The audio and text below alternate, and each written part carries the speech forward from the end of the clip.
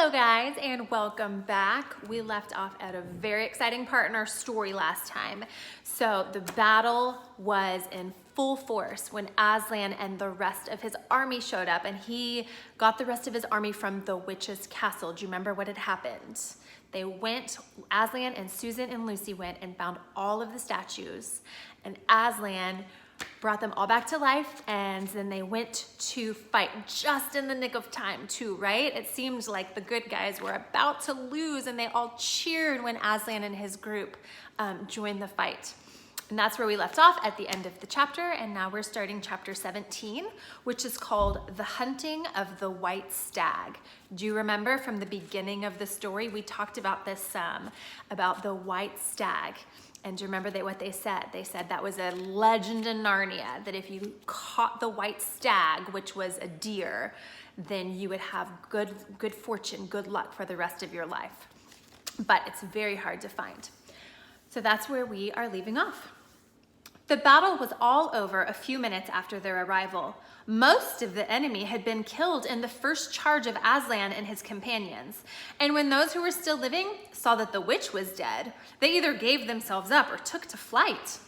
The next thing that Lucy knew was that Peter and Aslan were shaking hands. It was strange to her to see Peter looking as he looked now. His face was so pale and stern, and he seemed so much older. "It was all Edmund's doing, Aslan," Peter was saying. "We'd have been beaten if it hadn't been for him. The witch was turning our troops to stone left and right, but nothing would stop him. He fought his way through 3 ogres to where she was just turning one of your leopards into a statue. And when he reached her, he had the sense to bring his sword smashing down on her wand instead of trying to go for her directly and simply getting made a statue himself. That was the mistake all the rest were making. Once her wand was broken, we began to have some chance. If we hadn't lost so many already. He was terribly wounded. We must go and see him." They found Edmund in charge of Mrs. Beaver, a little way back from the fighting line. He was covered in blood. His mouth was open and his face a nasty green color.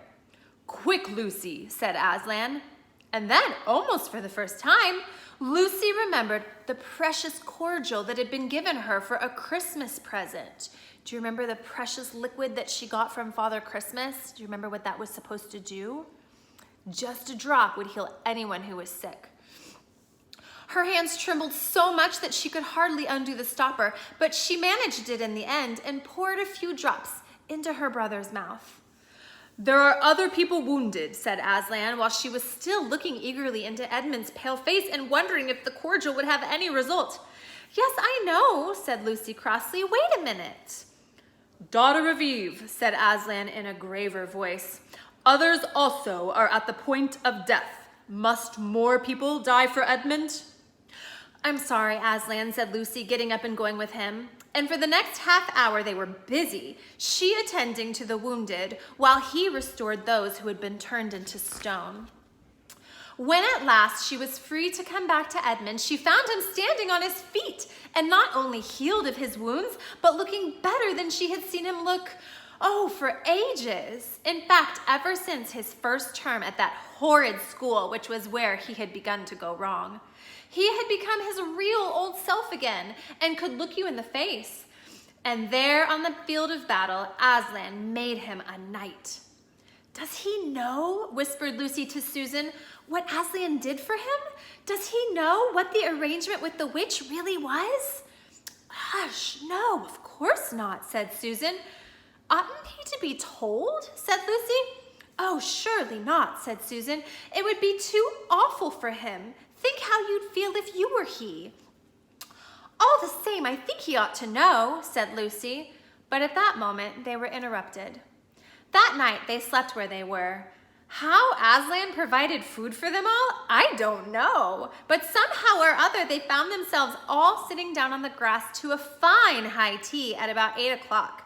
Next day, they began marching eastward down the side of the great river. And the next day after that, at about tea time, they actually reached the mouth. The castle of Cair Paravel on its little hill towered up above them. Before them were the sands with rocks and little pools of salt water and seaweed, and the smell of the sea and long miles of bluish-green waves breaking forever and ever on the beach. And oh, the cry of the seagulls. Have you heard it? Can you remember? All right, I have a picture of Cair Paravel, which is the castle that has how many thrones on it? 4 thrones. 2 for the sons of Adam and 2 for the daughters of Eve. That evening after tea, the 4 children all managed to get down to the beach again and get their shoes and stockings off and feel the sand between their toes. But next day was more solemn, for then in the great hall of Cair Paravel, that wonderful hall with the ivory roof and the west wall hung with peacock's feathers and the eastern door which looks toward the sea, in the presence of all their friends and to the sound of trumpets, Aslan solemnly crowned them and led them to the 4 thrones amid deafening shouts of, "Long live King Peter! Long live Queen Susan! Long live King Edmund! Long live Queen Lucy!" "Once a king or queen in Narnia, always a king or queen. Bear it well, sons of Adam, bear it well, daughters of Eve," said Aslan. And through the eastern door, which was wide open, came the voices of the mermen and the mermaids swimming close to the shore and singing in honor of their new kings and queens. I think we'll stop there for today, and guess what? I have great news for us. Tomorrow we finish the book. We are on the last chapter, and there's just a little bit more, and then we'll have to talk about what we should read next. So maybe on one of our Zoom calls, we'll have a chat about it.